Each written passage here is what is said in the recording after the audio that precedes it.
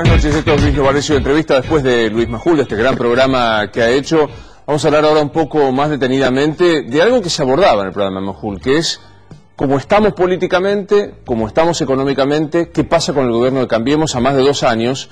Se sigue discutiendo sobre la herencia y demás, pero parece que es hora de hablar con claridad de lo que está sucediendo. Está ya, y vamos a conversar con él, una de las personas importantes del gobierno dentro del radicalismo, que es el responsable de Interbloque, que es Mario Negri, el diputado Mario Negri. Algunos dicen que es el radical más prominente dentro del gobierno. La pregunta es, ¿gobierna el radicalismo? Bueno, estamos hablando de este tema. Ayer el ministro Dujovne me parece que se puso en sintonía con Marcos Peña. Marcos Peña conversó con nosotros en Radio La Red y dijo: el 15% de inflación no es un pronóstico, es una pauta de orientación. Y Dujovne volvió a decir lo mismo. O sea, la pregunta es, ¿va a haber o no 15% de inflación? ¿Está controlada después del recalibramiento de esta expresión que utilizaron también el jefe de gabinete y demás? Este es uno de los temas centrales para hablar. ¿Cuál va a ser la dinámica en este año legislativo, en donde hay temas muy críticos, no solo la despenalización del aborto, que lo es, por supuesto? Ya estamos conversando con Mario Negri y lo recibo. Hola Mario, ¿cómo le va? Hola Luis. Un gusto verlo, ¿eh? Por favor. Por el programa. Muchas gracias, muy amable. Es un rato de charla larga. Sí, un gusto conversar contigo. Igualmente para mí. Bueno, ¿arrancamos? Sí, cuando quieras. ¿Va a ser del 15% la inflación de este año? Yo pienso que no. ¿Que no? Que no me escuchen. Digo. No, yo pienso que, al igual que los 2 años anteriores, primero partimos de la base que, como alguna vez te escuché, nosotros tenemos una cultura inflacionaria muy grande y han tenido temor muchos que si trabajan sobre expectativas o no inflacionarias. En realidad yo hace un año dije, cuando terminamos en el 24, yo dije, si me ofrecen el 22 y la pauta era del 17, yo firmo por el 22. ¿Pero por qué? No porque yo soy un economista, porque si vengo del 40 y yo elegí un camino de gradualismo, después podemos hablar de eso, que está tan de moda ahora, lo que tengo que asegurar siempre es que vaya a la baja. Después explicamos cómo hablamos con la gente, ¿no es cierto? Pero por supuesto, en mi opinión personal había una inconsistencia en el régimen que el Banco Central le proponía para adelgazar al Estado, ¿no? Un Estado bastante obeso, muy grande. Entonces se fijaba una meta, un plan de meta del 15, por ejemplo, o el 14, como era. Es difícil que para llegar a eso el Estado no podía correr a esa velocidad, o era de un costo muy grande, o terminaba con el médico, o con el bobo mal. Entonces, yo creo que la gente no entiende lo que es inflación núcleo de lo que es inflación agregada, es inflación. Creo que vamos a tener todavía una suba más, un mes más, por la agregada de los servicios que vienen. Crucemos los dedos que no sea mucho para la gente, para el bolsillo. Y tengo la impresión, yo firmaría por el 18, Usted 19. Sí. Digo que sería muy importante porque el año que viene bajaríamos más, estaríamos bajando 6 puntos. Eso, dicho tal vez en un ignorante en economía como yo, pero la idea gradual en un proceso que se sale de una crisis del populismo, cuando vos desgraciadamente la gente sufre con una hiperinflación, es como que la fatiga es tan grande que te da margen para hacer cosas de otra dureza. Acá no se salió en buena hora por la gente de una hiperinflación, ¿no es cierto? Pero la crisis era de una magnitud muy importante y tal vez no se percibía en esa dimensión. Así que yo, mientras la inflación vaya a la baja, después acompañaremos con otras cosas que hay que ponerle de gestos al lado, ¿no? El problema es cuando el gobierno por allí se empeña en decir que la pauta sea el 15% de recomposición. Bueno, ahí es una discusión, dice, medio teórica, es un poco lo que vos escuchás que decir que van enderezando, ¿no es cierto? Dice, bueno, es una orientación. Una época decía, si el Banco Central llega a modificar la expectativa va a perder credibilidad. Eso se decía, ¿no? Inclusive cuando se modificó, ¿no es cierto? Pero la percepción de la gente que no va a ser del 15. Ahora, sí es cierto. Bueno, ahí es discusión medio teórica, algo lo que vos escuchás que decir enderezando, ¿cierto? Dice, es orientación. En una época decía, el Banco Central llega a modificar la expectativa va a perder credibilidad. Todo se decía, ¿no? Incluso cuando se verificó, ¿no es cierto? Pero la percepción de la gente que no es del 15. Ahora sí es cierto que uno tiene que ser cuidadoso en no retroalimentar la expectativa inflacionaria. Por ejemplo, con los salarios. No digo que sea para aplaudir. El año pasado Los salarios le ganaron a la inflación, ahí, al borde, pero le ganaron a la inflación. Entonces, yo entiendo que si yo voy ahora a una negociación salarial y no controlo las expectativas de inflación, primero cualquiera dice, no, vamos para el 25, aunque no sea así. Y por el otro lado, hay una cultura de precios, Luis. En esto el Estado alguna cosa tiene que hacer, no digo control, yo creo que eso no sirve, pero te lo trasladan por anticipado para ver qué pasa. Acá hubo mucho abuso el último tiempo, ¿no? Ha habido, y la gente lo ha pagado sin caro. Control del Estado, ¿no? O sea, convengamos que el gobierno decidió jugar a casi la mano invisible del mercado y ya aprendimos. Yo creo que no. Yo, por ejemplo, que soy impulsor, no digo no tiene que ver con el control de precios, pero en los países capitalistas desarrollados serios hay ley de competencia. Hay que evitar la cartelización, ¿no? Hay que evitar el abuso dominante. El presidente dice que está desilusionado con los empresarios. Mire, yo estuve en el gabinete, no soy miembro del gabinete, pero fui como presidente del bloque. No se habló mucho de eso. Seguramente lo que... yo no estoy en condición de interpretarlo, pero acá hay una discusión. Primero hay un mundo global, que lo tenemos encima, Luis. Aunque nosotros no querramos, viene encima de nosotros. Los argentinos tenemos una tendencia a pensar que nos miran a nosotros cuando se despiertan. En segundo lugar, la competitividad se mete para quedarse en los países. No se puede vivir con lo nuestro, como decía Aldo Ferrer en una época, ¿no da? Entonces, yo no creo que haya que abrir indiscriminadamente la economía. Eso es una locura, porque vos tenés que tener niveles para que puedan desarrollarse y competir. Pero también ha habido una cultura en algunos, no en todos, de ser quejosos con cualquier cosa y aumentar los temores. Entonces, no sé si las palabras son apropiadas, no son apropiadas, creo que tiene que haber una mesa de debate, pero la Argentina se debate hoy en muchas cosas contradictorias. Decía Julián María, ¿no? Los argentinos, esa ave tan rara, donde por un lado soñamos con el tango, por el otro lado nos reímos de los que sufren o contamos chistes, y en realidad el país necesita tener un diálogo de esa percepción. ¿Qué queremos los argentinos? ¿A dónde nos queremos ubicar? Macri puede ganar o perder, independientemente de eso. ¿Macri está condenado a ser candidato en el 2019? Es una decisión personal de él. Yo creo que tiene mérito para hacerlo, ¿no? Falta tiempo, obviamente, pero le está tocando remar en el peor momento, porque él está pagando costos, algunos que son odiosos, pero que eran inevitables. Y por supuesto a veces el gobierno también se equivoca y a veces paga costos por los evitables. ¿Por ejemplo? No, digo yo, medidas que no son las de mayores costos. Fíjate que la salida del 2015 con toda la macro, con todos los costos, se decían que la inflación iba a ser del 40, que se disparaba, no voló nada y salió. A lo mejor el gobierno sobreestimó mucho eso. Yo creo que la primera etapa, ahora 2 años, para decir, estamos en boxe. Ahora habló el presidente, vamos a volver de nuevo a la pista, ¿no? Para hacer un service de cambiemos en el gobierno. Creo que la primera etapa en el tema tarifa no salimos como deberíamos haber salido. Y eso generó una falta de credibilidad. Que había un problema serio, muy grande, todos lo sabemos, ¿no? Porque se había hecho populismo en forma brutal. Y nosotros que venimos del interior lo tenemos todavía más claro, los cordobeses y porque son santafesinos sabemos lo que significa. Porque acá se asustan por 2 pesos. Nosotros hacía años que lo pagábamos, ¿no es cierto? Subsidiábamos la política de acá alrededor de la cava, de la cava. Ahora, medidas que a lo mejor nosotros pusimos una vara muy alta, porque hay crisis económica y los sectores medios que acompañan a Cambiemos, fundamentalmente, los más dinámicos también para que una sociedad pueda progresar, también han sido muy exigentes con la vuelta de la ley, la república, la transparencia. El gobierno ha hecho mucho y está haciendo. Pues me tengo ahí. ¿No le hace ruido que el nuevo titular de la AFIP tenga dinero en el exterior? Digamos, me pide que yo pague los impuestos y tenga dinero. Ayer conversé con alguien y me decía que termina con ese prurito. Si es bien habido, no tiene nada bien afuera. Yo no estoy en condiciones de condenarlo por eso. Qué sé yo, puede ser una soncera la mía, de barrio. Me gustaría que yo sé que a usted le hace ruido. Me gustaría que lo tenga acá.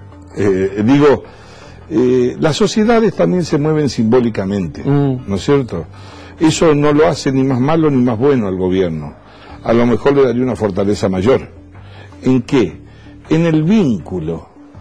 ¿Cuál es el secreto de lo que tiene? Usted tiene dos caminos acá, bueno, no soy un profe ciruela.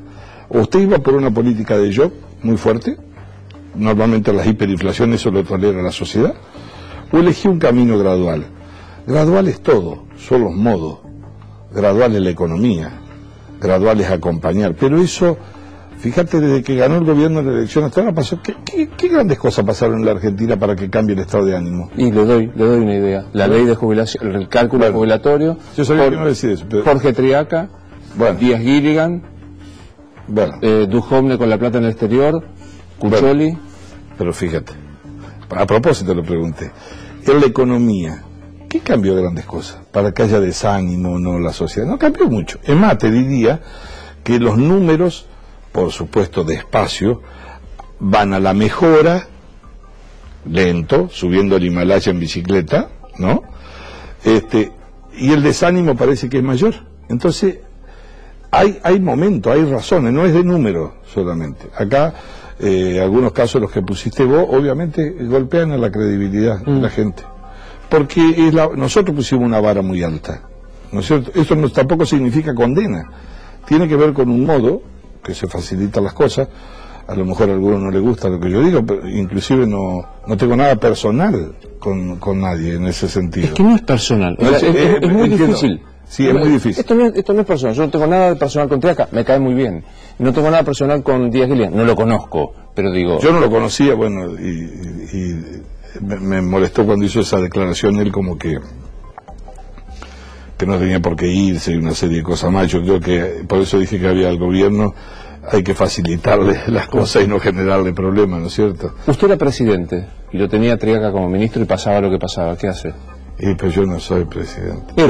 No, pero te voy a decir, yo no huyo de los temas, me reservo una cosa porque es lo único que trato de tener prudencia, los nombra el presidente a los ministros y es el único que los renueve. Y él le dio un grado de confianza. A lo mejor Jorge, a que yo tengo mucha estima, tendría que haber tenido un gesto mucho más insistente de liberarlo al presidente. No porque haya cometido un pecado, sino porque a lo mejor él, que ha sido un muy buen ministro, puede tener algún grado de inhabilidad ahora hacia adelante en la discusión de su oficio. Ojalá no lo tenga. Pero muchas veces no hay que esperar solo de arriba.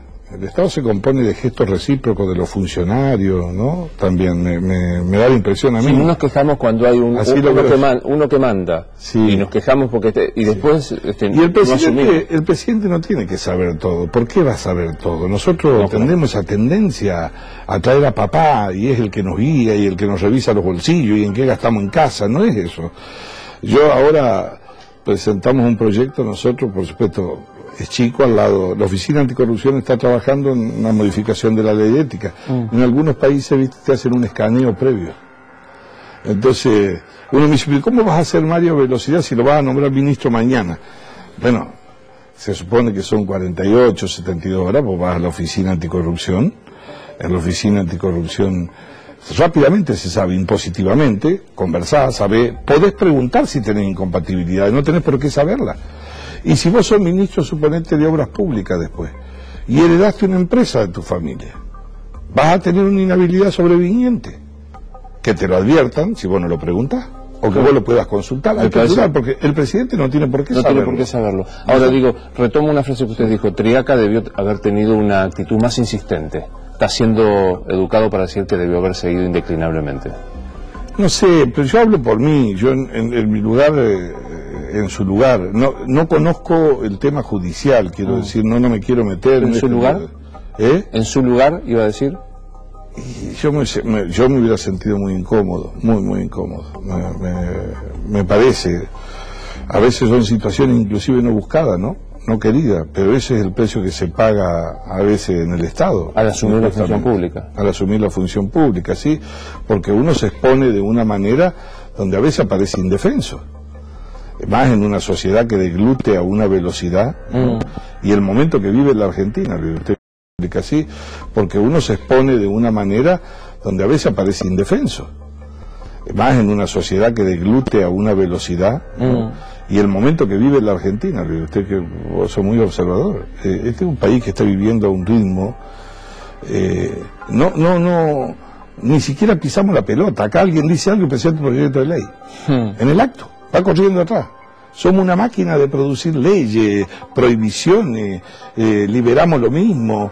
Digo, el Papa tiene razón, hay mucho lío en el mundo, pero hay también mucho lío en el mundo, en la educación, hay cosas que están pasando que todavía no sabemos cuáles son los finales, hay gente que se dedica a estudiar y está con grandes interrogantes, ¿no? Y creo, por ejemplo, a 2 años nuestros, yo de la política, ¿qué me hubiese gustado? Cuando digo la política de todos, los dirigentes sindicales, los empresarios, los que inciden en la sociedad. ¿No tenés la impresión vos de que la Argentina está muy corta mirando al mundo, la dirigencia? Que cree que nosotros somos un planeta como el que ve a Alberto Rodríguez A, por ejemplo, que tiene uno él, así solo. Y las cosas nos van a pasar igual. Dice el futurólogo americano que el otro día Olivera citaba en un matutino, con razón, las cosas no pasan a la velocidad que uno quiere, dice que son más lentas, ¿no? Pero las cosas ocurren. Las cosas van a pasar, la revolución tecnológica, lo que pasa con el conocimiento, lo que pasa con las economías, con China, con Japón, lo que pasa con la India, con Trump, que se encierra dentro de los Estados Unidos, decidió retirarse, como dicen los chinos, del escenario internacional. Los organismos multilaterales están todos en discusión, ¿no? Hay una gran revuelta, ¿no? Que no estamos y nosotros estamos discutiendo todavía si yo para llegar al gobierno tengo que martirizarte a vos si estás en el gobierno. Yo pensé, por ejemplo, no quiero dar nombre, pero acá había un dirigente joven del peronismo, cuando ganó Macri, yo dije, esta es la oportunidad, porque tiene edad y tiene territorio, y tiene peronismo. En una de esas propone un acuerdo transparente, como los países desarrollados, con 10 temas, no digo 100, tampoco hagamos grandilocuencia, ni teatro lleno, y le garantizo la gobernabilidad por 2 años, también con las concesiones que me tiene que hacer, que no es mala palabra. Pero no pasa en la Argentina. La dirigencia gremial, acá por ejemplo hay convenios colectivos, de lo que yo defiendo como instrumento, los convenios colectivos quiero aclarar, pero son del año 40, 50. ¿A qué velocidad vamos? Yo estuve el otro día en la inauguración de una fábrica de automotores en Córdoba, que va a ser para la región, una inversión muy grande. Veía... Y ahora los chicos jóvenes, ¿no? Mameluco blanco, no vi la grasa, no sé dónde estaba. Y los veía con 3D. Y pasaron de tener 3 a tener casi 200 robots. ¿Y eso se discute en algún lugar? ¿Discutimos nosotros eso? No. ¿Cómo vamos a llegar ahí? ¿Gobierna el radicalismo? No, el radicalismo no es el gobierno, hay radicales en el gobierno. Pero digo, no es un cogobierno. No es un cogobierno. Quiero decir que a mí tampoco me sorprende. No era eso así. Nosotros, Gualeguaychú, dimos un salto sin red, evitando cosas peores que por lo menos en nuestro concepto podían venir en la Argentina y en la región. Por supuesto que lo evitable es lo que menos se reconoce, pero no importa. En todo caso sentimos un compromiso de la historia, donde sí se ha evidenciado fuerte, superando mis expectativas de lo que yo pensaba, por venir de lugares distintos y con historias distintas, es que en el Parlamento durante 2 años no nos fuimos a la banquina, no le dimos dolores de cabeza al gobierno, es más, lo aliviamos al gobierno, y éramos minoría. Hace muchos años que en la Argentina no había un gobierno de minoría. ¿Y qué siente, digo, un hombre de la trayectoria y de la contundencia suya del radicalismo, cuando dice... La verdad que el radicalismo le prestó la estructura, le prestó desde la primera capilla a la última del país, y no tiene nada, y Macri gobierna solo. No, nosotros, quiero encontrar la palabra bien justa y medida, nosotros tomamos una decisión no negociando cargos en el gobierno. Tomamos una decisión política que teníamos que tomarla sí o sí nosotros, desde nuestro concepto. Yo, por ejemplo, la tomé. Yo no imaginaba, por ejemplo, que íbamos a estar nosotros con ellos, un año antes. Buscamos otras experiencias de las cuales conoces vos, y bueno, fracasaron, ¿no? Porque también acá no es solo competir, sino llegar al poder y después administrarlo en una sociedad tan compleja. Pero el orden del kirchnerismo hizo mucho para que esto sucediera. Ahora, el desafío está de nuestro lado. Por eso yo dije que cuando vos compras un auto 0 kilómetros te dan 3 años de garantía o 100.000 kilómetros, ¿no? Bueno, yo dije el otro día en una reunión que este es un prototipo y como tal le dieron 4 años de garantía, pero ya hemos gastado 50.000. ¿Y en los 50.000 cómo está? Mi balance es positivo, de los primeros 50.000 positivo, porque una política gradual. Vos has visto qué ha pasado estos días. Che, pero no podemos ir más rápido. ¿A dónde tenemos que ir más rápido? A que nos den más satisfacciones más rápido. Lo importante es que crezcamos, pero nuestro crecimiento es un crecimiento que va a ser lento. Es un crecimiento dosificado, 2,5, 3 y algo. Vamos a tener una ayuda ahora de Brasil, que había caído al 4, va a crecer, para nosotros tiene mucho que ver con el segmento automotriz, nos permite respirar, pero tenemos la sequía. Hace 40 años que no teníamos una sequía, vengo hoy de la zona media vecina tuya, y es así, ¿no? Y eso que son zonas ricas, va a afectar eso también. Osvaldo Ferreira terminó un trabajo de 11 meses de crecimiento, no a la velocidad que uno quiere. Ahora, una política gradual requiere de otra pata, que es la docencia diaria. A la gente hay que explicarle todos los días por qué, de qué manera, por qué ocurre. Si vos tuviste una cultura, durante 12 años te pisaron las tarifas, y donde el progresismo trucho hacía pensar de que iba por camino de la revolución y pagaba lo mismo 2 pesos el que tenía los mejores ingresos que el que no lo tenía. Y vos tenés que recuperar eso, que es parte de tu déficit. En un país a donde la seguridad social lleva la mitad del gasto público, como ocurre en la Argentina, eso requiere mucha explicación. Pero, aparte de explicación, digo, es verdad que algunos piden que no haya gradualismo. Me parece que son los sectores más empresariales y demás. Pero la clase media dice, es verdad, pagábamos 2 mangos con tarifa. Sí. Pero digo, me aumentan todas las tarifas, me aumentan los precios, no me dan aumento de los sueldos por inflación. Sí, si apuesto a las LEVAX. No, ahí hay 2 cosas. Bueno, no quiero ser finito en la economía, voy a decir primero.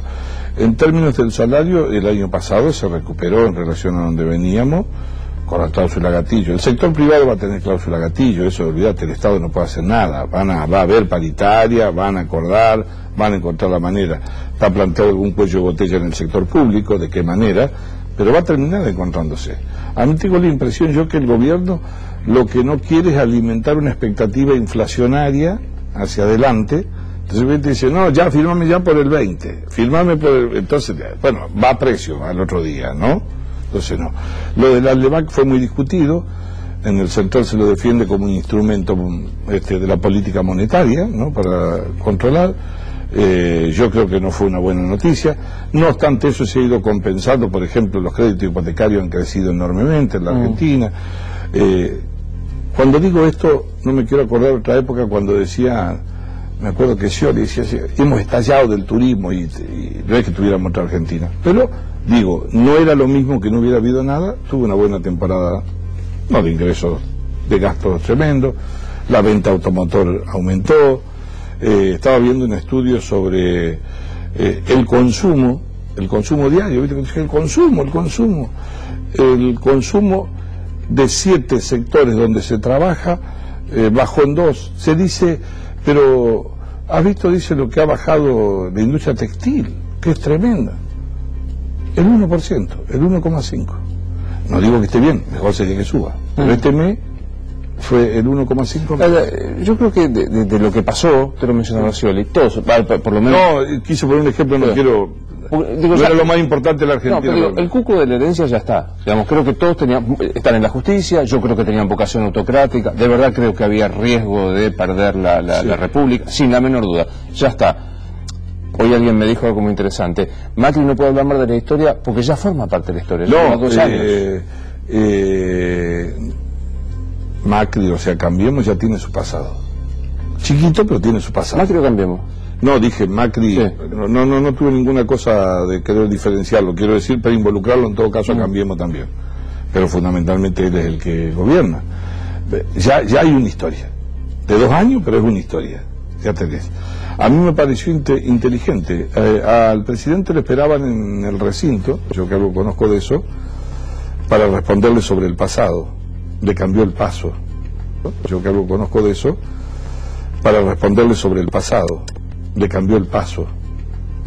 No habló sobre el pasado. Estuvo imaginativo en eso.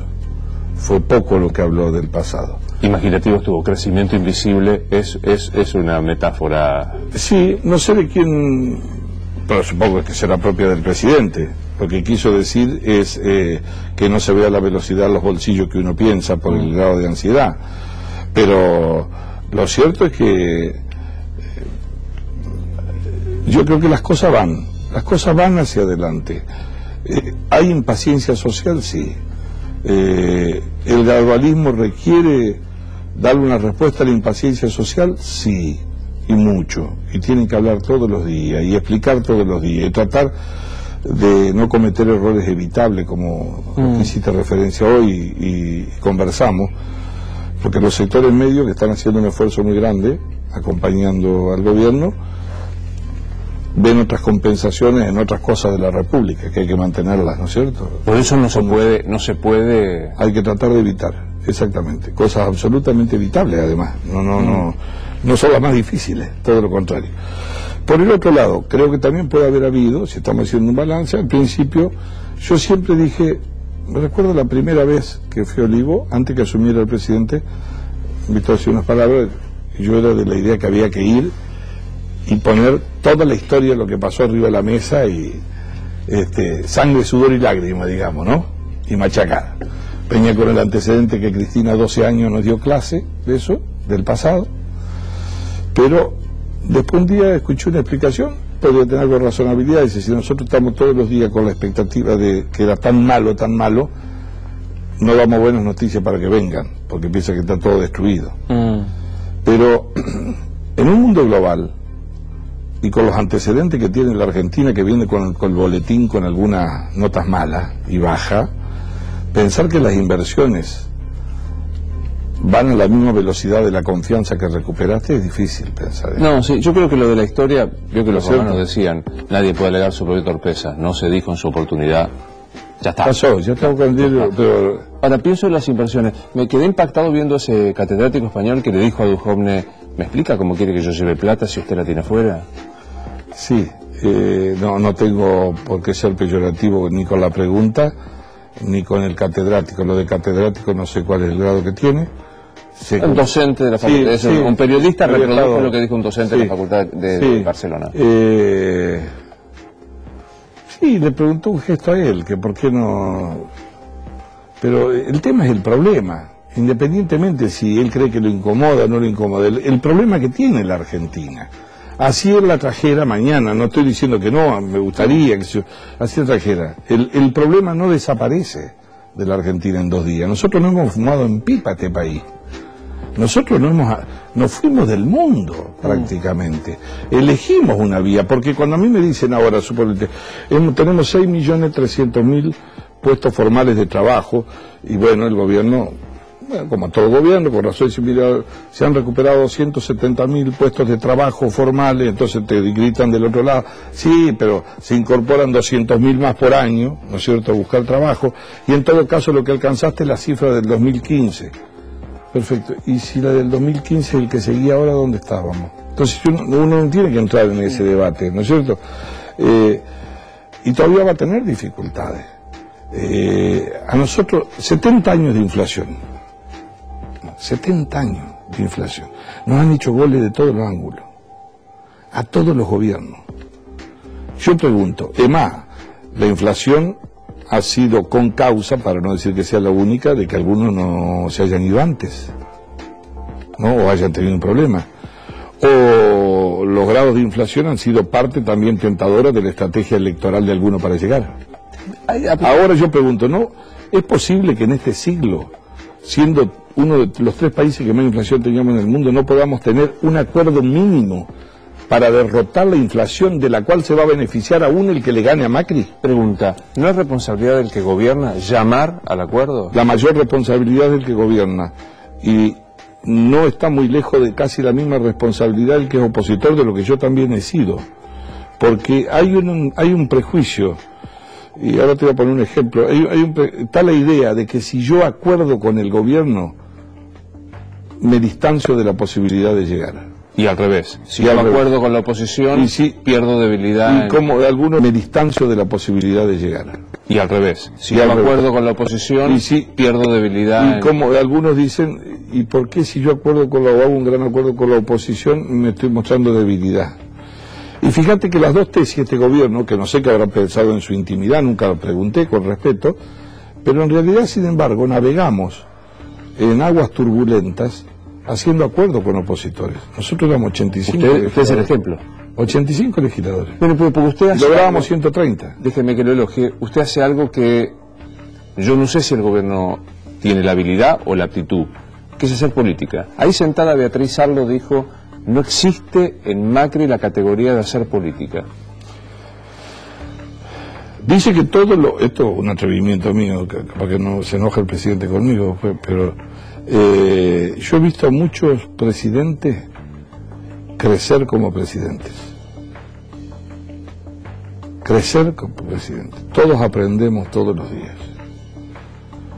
No hace falta que lo digan. Uno se da cuenta después con las actitudes. Por ejemplo, yo creo que el presidente sabe hacer política. Después si me gusta a mí, no me gusta, de qué manera, no, eso es otra cosa. Hay un modelo de gestión original, el que él tiene, que no era conocido. Yo no digo sea malo o sea bueno, ¿no? Eso es. Es un modelo de gestión distinto. Vamos a ver, ¿no? Me cuenta un cuento. No, pero te quería decir una cosa. Fíjate, mirá nosotros si miráramos esto. ¿Viste el acuerdo de Merkel en Alemania para gobernar? Duró 3 meses, ¿no? Estamos hablando casi la institutriz de Europa. Mientras los chicos andan descarriados, ¿no? Y arregló con los socialdemócratas. ¿Te imaginabas acá?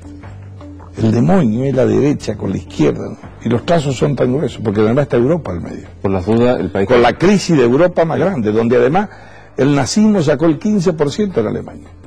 Ahora, llevó una negociación larga. Dentro de las pocas cosas que me acuerdo, los socialdemócratas le plantearon que abandone la idea de seguir generando energía nuclear, que vaya por energías alternativas, que Alemania tiene mucho, produce 25%, 30%.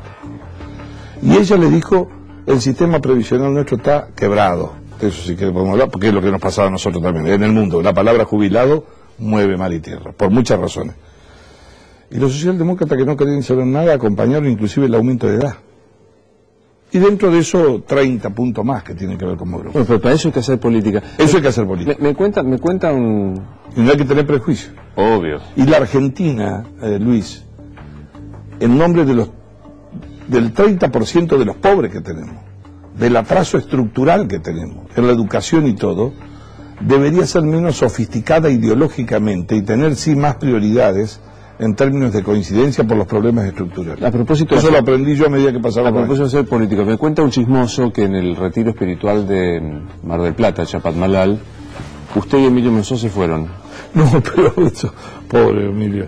Yo nosotros, sabía el presidente, nos retiramos el viernes a la noche antes de la cena, pero porque yo tenía que irme a Córdoba, tenía que estar en Córdoba el otro día, y justo Emilio venía en un avión, aproveché a venir a Buenos Justo se vino. No, pero nada malo, ya se había hablado, participamos, tuvimos un debate muy abierto, más el presidente adelantó la conferencia de prensa, vieron que la hizo el viernes, no el sábado, cuando finalizaba, solamente después yo vi, alguien que quiso, se ve que tenía un día libre, y dijo, bueno, me voy a desquitar que yo no me pude ir, no sé. ¿Qué es Marcos Peña? No, es una parte muy importante, yo le diría que cumple un rol importantísimo al lado del presidente. El presidente tiene mucha confianza depositada en él. Un cargo, jefe de gabinete, de mucha responsabilidad. ¿Cómo es políticamente? ¿Cómo gobierna Marcos Peña? No, yo tengo diálogo con él, yo no considero, tengo buen diálogo. No sé si te convenceré las cosas que yo digo o no. Cuando habla de Durán Barba, ¿qué le pasa a usted, Mario? Vos sabés que yo no lo conozco personalmente. Lo vi una sola vez. Yo por lo general tengo respeto por la gente. Por ahí tiene algunas actitudes que yo creo que él se divierte. Lo que pasa es que algunos no se divierten cuando lo escuchan, pero él es un tipo inteligente, es una persona inteligente. Leí su último libro, vale la pena leerlo, yo no tengo menosprecio por leer las cosas, se aprende. Sí creo... Churchill decía una cosa de la política. Es decir, que la política es la capacidad de anticiparse un día, un mes o un año a posibles comportamientos o acontecimientos que ocurren en la sociedad. Y si no se dan como vos los preveías, que lo puedas explicar. Entonces, un ejemplo, la dimensión política de una decisión es un cúmulo de experiencia de observación sobre la sociedad, sobre lo que la política ha actuado. ¿Se pueden compartir o no? Vos me decís jubilado, luz amarilla. No por los jubilados.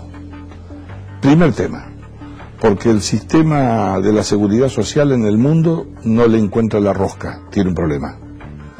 Aumenta la natalidad y aumenta la edad. Hay un problema serio.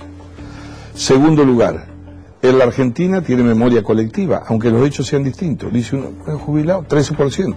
Dice, ¿no? Me van a descontar, ¿no? Obvio. Tercero, el populismo incentiva mucho esa idea de protección. No asume la responsabilidad del tema. Y los gobiernos todos, en alguna medida, fueron acompañando eso. Cuarto, está bien que las amas de casa se jubilen, pero el sistema funciona con los que aportan para el que él recibe. Y vos tenés 11.300.000 aportantes y tenés más de 8 millones que se jubilan, la relación es 1-4. Hay un problema. No me digan cómo lo soy yo, pero hay un problema. Bueno, pero usted lo cuenta. La política argentina tiene que asumirlo, porque se va a ir Macri o se va a ir Juan Pérez, ese problema va a seguir. Está bien. Ahora, ¿qué te voy a decir de la política? Por ejemplo, en mi opinión, es el sector donde el gobierno más plata puso. Inclusive puso casi 100.000 millones y más de 1 millón de jubilados a los que se le pagó la reparación histórica, ¿no? La seguridad social a los jubilados, la extensión a la guacha, a los monotributistas. El gobierno el gobierno de derecha es donde más ha puesto. El gobierno de derecha. Como dicen, no como lo caracterizan. No, yo digo, quiero decir que al que lo cree que se lo demoniza por eso, digo. ¿No es un gobierno de derecha? No, yo no tengo esas categorías. Y como está la Argentina, yo me fijo mucho en las cuestiones éticas, que funcione la ley, que recuperemos la república, que seamos un país normal, serio, respetable, y que tengamos un orden de prioridades, obviamente, que busquemos un equilibrio social, que veamos que no se nos pasen las generaciones y que los excluidos cada vez queden más lejos, porque ni siquiera la educación pueden llegar, que los hospitales funcionen. Eso no es de izquierda o de derecha, que la gente no haga cola 20 cuadras. Anotémoslo de jubilar porque quiero terminarlo de escuchar porque me parece muy interesante. Entonces, defendamos la República. Arranca ahora y tiene que explicar, ¿a usted le va a tocar defender? Un decreto de necesidad y urgencia del presidente que derogó 19 leyes, modificó 100 en pleno receso del Congreso. No, porque eso se ha dividido en 3 leyes. Pero va a tener que defender eso. No, no el DNU. Ahora hay 3 leyes, el contenido de ese DNU, de los cuales quiero decirte que lo poco que yo vi o conocí, había muchas cosas que se podían hacer por decreto común. Reglamentario. No sé, sí. Había un montón de normas de desburocratización, cosas que no tenían nada que... Era frutilla con jamón crudo, no tenía nada que ver. A lo mejor producía un gran impacto. Yo siempre pienso que nosotros tenemos que medir que en la cancha siempre hay más de un equipo, el nuestro y hay otros que también juegan. Bueno, pero rápidamente se hicieron 3 proyectos de ley, yo lo firmé, y tenemos nosotros una doble garantía. Que al no ser mayoría absoluta, necesitamos tener acuerdos, si no nos salen las leyes. Eso significa que tenemos que acordar. Lo que sí no había era inconstitucionalidades manifiestas adentro, eso yo traté de verificarlo cuando me enteré, y ahora empezaron a desfilar los ministros por las comisiones, pedimos nosotros, en cada una de las comisiones los 3 paquetes. Y es probable que algunos de ellos pierdan algo de la bodega en el camino. ¿Sabes qué impresión tengo? Que están ahí los radicales, que tienen un concepto de institucionalidad como pocos partidos tienen, y evitan el fenómeno... Algunos dicen que estamos muertos nosotros. ¿Están muertos? No, yo no creo eso. Los muertos que vos matás gozan de buena salud y en política más. Pero escucho a veces intelectuales o algo. ¿Va a haber un presidente radical alguna vez? Y si el radicalismo decide que no haya, no va a haber nunca. Lo primero que tiene que decidir. Yo pienso que los partidos políticos son una oferta electoral permanente. Una de las razones de ser, en el buen sentido.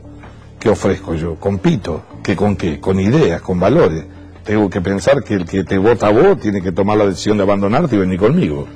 Obviamente, los valores tradicionales que nosotros hemos expresado, que se concentraban en la política antes que estalle el sistema político, de la institucionalidad, de la democracia, concentraban en la política antes que estalle el sistema político, de la institucionalidad, de la democracia. No somos solo nosotros los que lo expresamos, no tenemos que ser tan egoístas. Yo digo que uno de los pecados del radicalismo estuvo en sus éxitos, en los pocos. Porque ganar elecciones hablando de democracia, estamos atrás, porque ya es un triunfo de todos. ¿Quién es candidato a presidente del radicalismo? No lo sé, yo creo que el radicalismo debería pensar, ¿por qué no?, aún en las coaliciones, competir. Lo que nunca hay que perder es la idea de tener un candidato. La idea de ofrecer un candidato a presidente obliga a un partido a que sus ideas se homogeneicen y se conviertan en una propuesta viable. Tener candidatos en una fuerza política es un acto de responsabilidad que te obliga, si vos sos un partido de poder, a no prometer estupideces. ¿Usted aspira? No, yo soy un simple ciudadano, colaboro, ayudo. ¿Y quién es el radical expectante? Hay muchos, no sé, creo que gobernadores y eso, pero no sé si están en el... Yo creo que nosotros deberíamos habernos... Bueno, estamos mezclando mucho la conversación, no venía para hablar de radicalismo, pero nosotros necesitamos dar un salto de calidad en Cambiemos, eso sí. Le voy a hacer una pregunta venenosa. ¿No le hace ruido? Ustedes son la coalición. No hace ruido siempre. Me gusta, bueno, ¿no le jode? No, por favor. ¿No le hace ruido? Ustedes son la coalición gobernante. Pero el presidente, si tiene alguna cuestión, primero le consulta a Carrió. No, son formas distintas, son métodos. No, a mí me consultan, y si no me consultan opino, igual. Mira, yo pienso que cuando pasa el tiempo, uno gana en libertad. Es una de las ventajas de tener más edad. Entonces, y responsabilidad. Pero a mí el gobierno nunca me ha pedido que no haga tal cosa, ni que diga debo ser justo, debo ser absolutamente justo. A mí nunca me llamó ni el presidente para reprocharme lo que digo, ni nada. No sé si le dará bronca. Vemos mañana. ¿Vemos mañana? No, porque ¿sabes? Yo soy muy franco, pero además pues yo trabajo por la positiva, yo quiero que nos vaya bien. Yo he saltado sin red, como dije alguna vez acá. Yo no pedí ningún contrato a cambio antes, ni pedí que el radicalismo, para mí fue una responsabilidad muy grande buscar un trazo grueso de una coalición que no se imaginaba para frenar lo que seguía creciendo en la Argentina, en nuestro criterio muy malo. En nuestro criterio. Entonces yo no pido crédito, es una decisión que tomamos. Creo sí que se retroalimenta mejor en una avenida de doble mano y que hay que discutir de política, hay que hablar, no hay que tener miedo a hablar de... Cuando uno cree que hablar de política es hablar de politiquería, no es eso. ¿Cómo va a votar la despenalización del aborto? No, yo no me he pronunciado, más allá de mi creencia religiosa, pero porque... tengo una esperanza de un debate muy rico, muy intenso, bien, estoy viendo ahora en el Congreso, se van a constituir las comisiones, en estos días van a empezar, ¿no? Creo que hay cosas que son arcaicas ya también en el Código Penal en su época, ¿no? Penas de prisión, y creo que después hay muchas miradas, vos tenés una mirada desde las convicciones religiosas, hay un problema de salud pública también, que el Estado tiene que hacerse cargo, ¿no es cierto? Y Giscard d'Estaing, que era católico, muy católico, yo también soy católico, fue a verlo a Juan Pablo II, cuando se votaba, dice, el aborto en Francia, y le dijo: su santidad, yo soy católico, y creo en las convicciones que tiene la Iglesia Católica, pero también soy presidente de un Estado laico. Entonces, ¿de dónde se mira? Desde lo que sí no apuesto, no me gusta, no me enrolo, hago lo imposible para que no suceda, solo fanatismo. Al que defiende convicciones honestamente religiosas, fuertes, no creo que Monseñor Aguer lo ayude mucho, por ejemplo, con sus declaraciones. como tampoco creo del otro lado posiciones que son absolutamente fanatizadas. Acá la vara se la va a poner la sociedad argentina si tiene madurez suficiente para debatir un tema de esta envergadura, que estaban debajo de la alfombra. Eso también es un mérito del presidente. En el Congreso estaban debajo de la alfombra, también es un mérito del presidente. En el Congreso de la Nación hay temas que nunca se han hablado. Él el otro día en su mensaje tocó temas inclusive vinculados al género, muy importante. Algunos... Va a haber un proyecto de ley ahora que va a...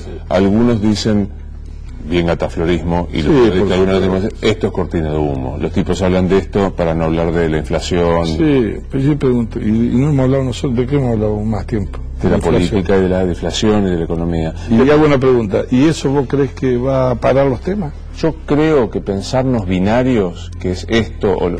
blanco negro, no es menospreciando.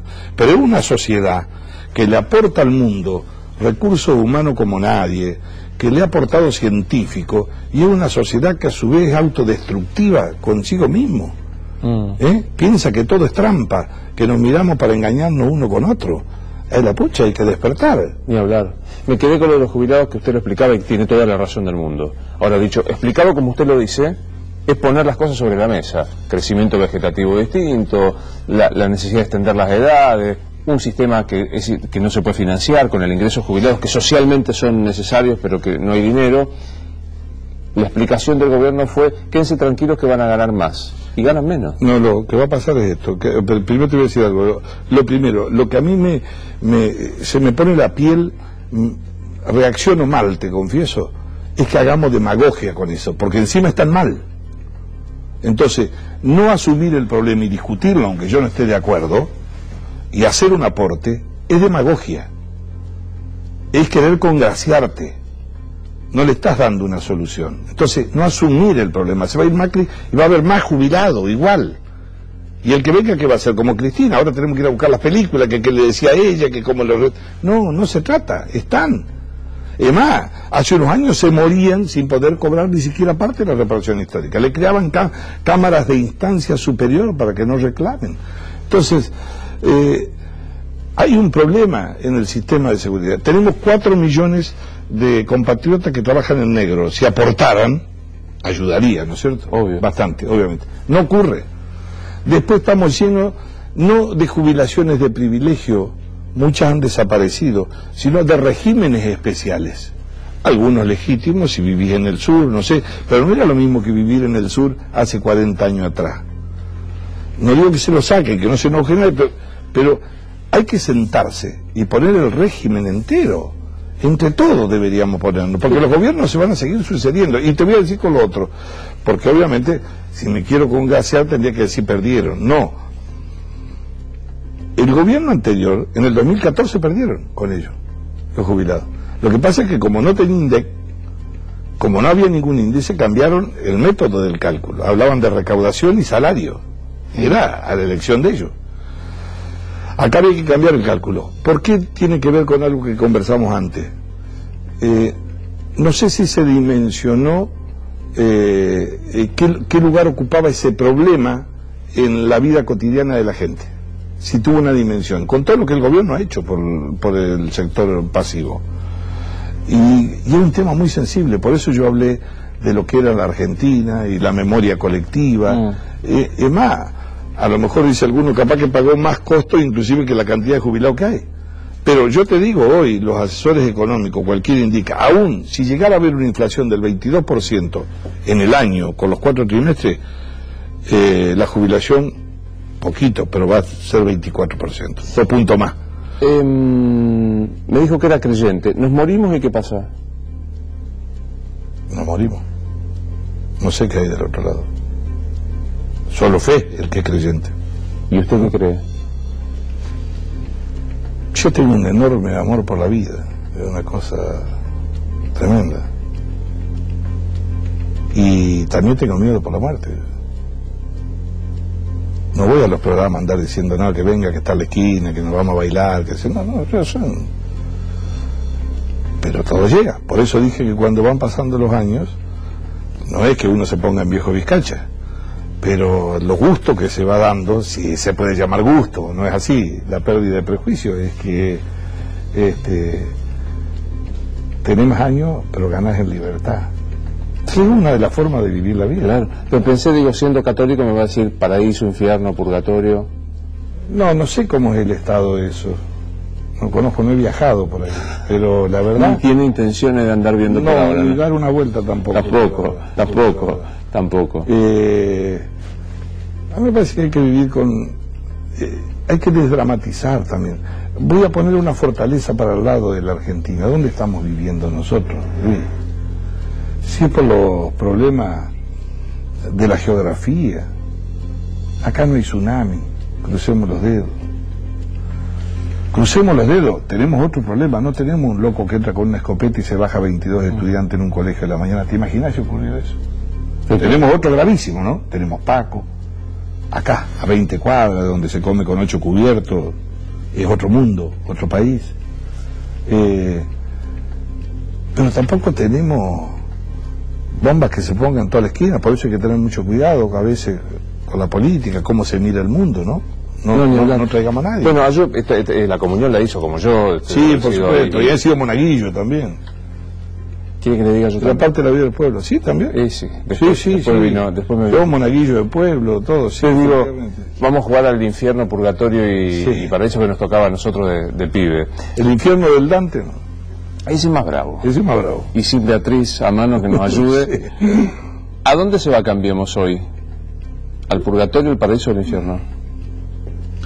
No, yo creo que solo depende de Cambiemos con su espejo. Salvarse.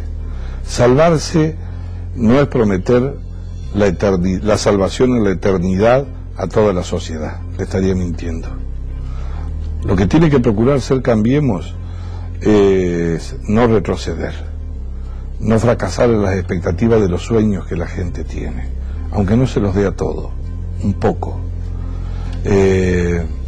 No ser una frustración para la Argentina.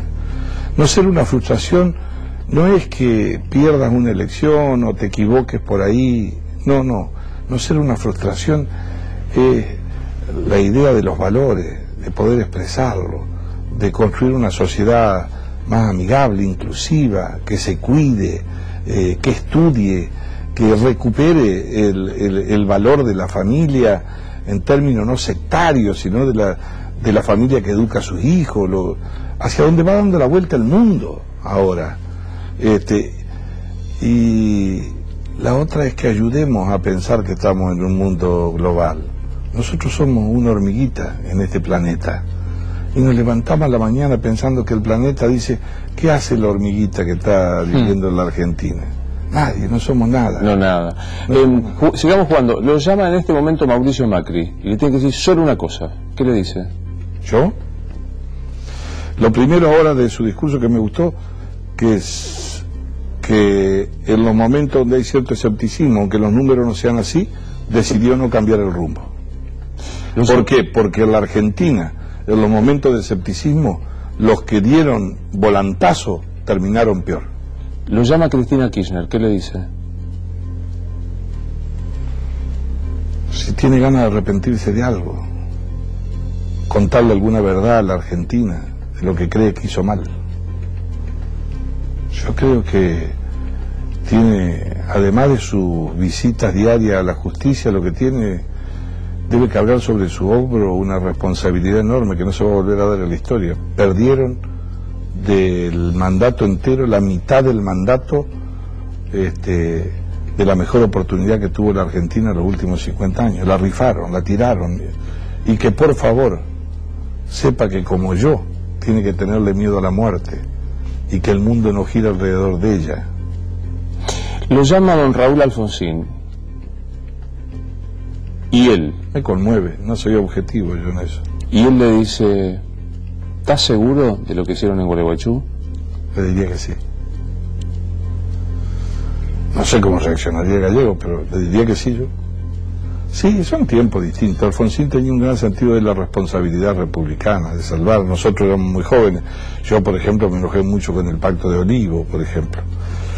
Y son cosas que se ven en el tiempo. si estuvo mal o no, aunque uno ahora deba chequear si hubo cosas que fueron posibles o no. Pero Alfonsín era una figura que aún, olvídense de votar, que hoy, si la Argentina hoy tuviera, y que sea radical o no, todas esas cosas, si la Argentina tuviera vivo 5 viejos sabios, como dicen, a ver, Favaloro, que sabía de política, que de medicina, porque en día la Sosa, tampoco, que sabía más de política que de medicina, porque entendía la sociedad. Alfonsín, con un cúmulo de experiencia, con errores, pero ético, una visión moral de las cosas. De la historia. Sí, porque ¿sabes qué? Yo siempre, hay que ser humilde, yo siempre he pensado que por las casas de esos hombres, antes de tomar una decisión, hay que pasar y preguntarle. Ni hablar.